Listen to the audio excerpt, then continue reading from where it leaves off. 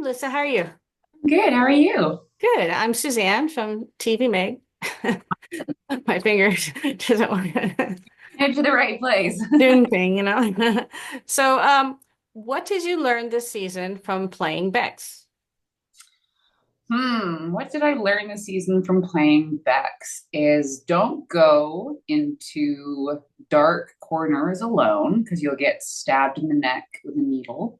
Um, no, I learned that, you know, she psychoanalyzes all of these people, including her own team. And I think, what Bex kind of went into the season as with guards up, walls up, whatever you want to call it.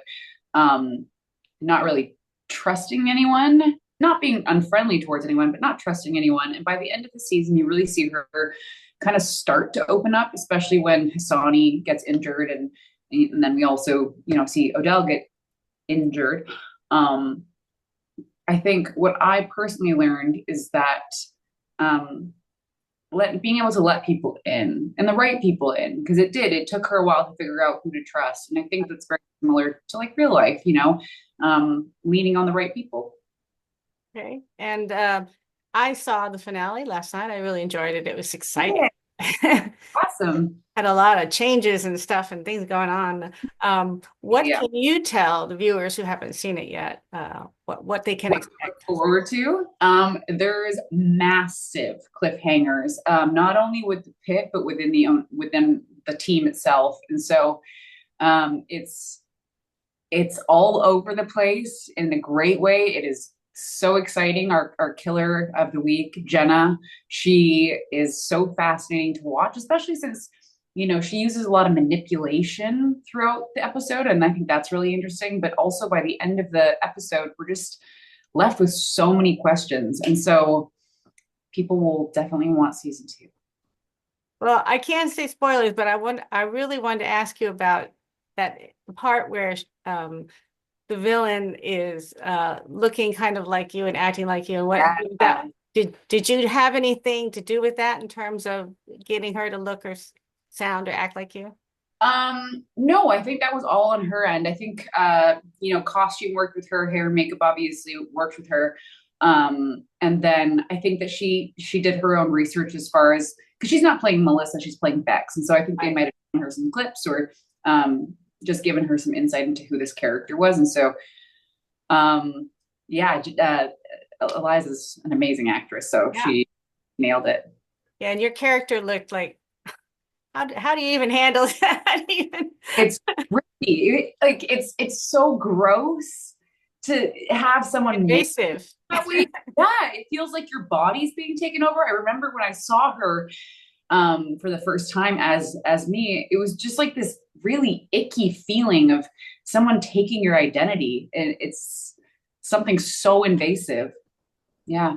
Yeah, well, you've done a lot of sci-fi shows, Manifest and Star Trek and some the CW superhero shows and some of things like that. Was it I know you've done non-superhero and non-sci-fi stuff, but was it kind of a nice change of pace to do one that was just a regular, as much Yeah. regular as this can be? Yeah. I mean, Manifest, I love that show so, so much. But it's really nice to not hear voices in my head this time. So I'm glad about that.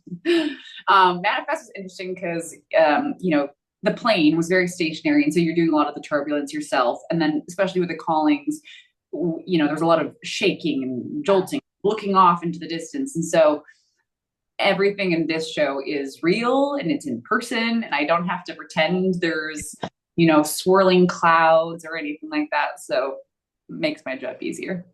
One thing that the two shows had in common was that you were a cop in that one and you're an FBI agent in this one. Did you ever think when you were younger that you might want to become a law enforcement agent? No, not at all. No, I mean, my older sister, that's kind of more her speed.